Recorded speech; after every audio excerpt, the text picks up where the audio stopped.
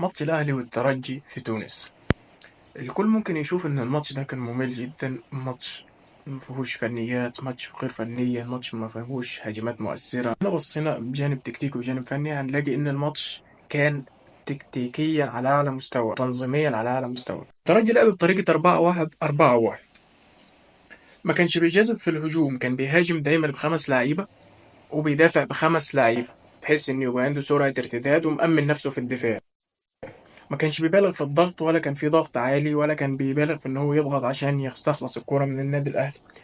الترجي كان بيعتمد على مفتاح لعب وحيد، وهو يانساس. كان يانساس بيتحرك بين الخطوط، هو مكانه الاساسي جناح يمين.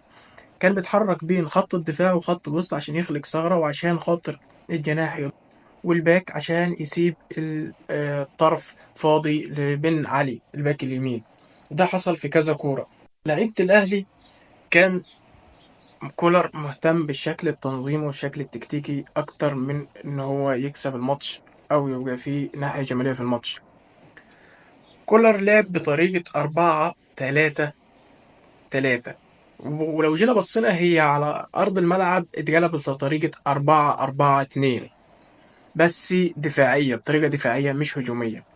كان دايما بينزل بيرسي تاو في الجبهة اليمين يدافع مع محمد هاني، ودي يمكن أول مرة بنشوف بيرسي تاو بيدافع بشكل كبير كده مع محمد هاني.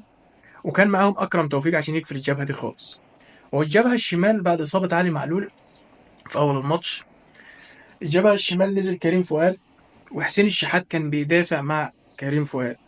واللي مسك الطرف الشمال هو إمام عاشور. ولو جينا بصينا للخريطة الحرارية للاعيبة الترجي التونسي هتلاقي إن ما كانش فيه مجازفة ولا مبالغة ولا هجوم شرس. هتلاقي معظم لاعيبة الترجي التونسي لعب منحصر في نص الملعب.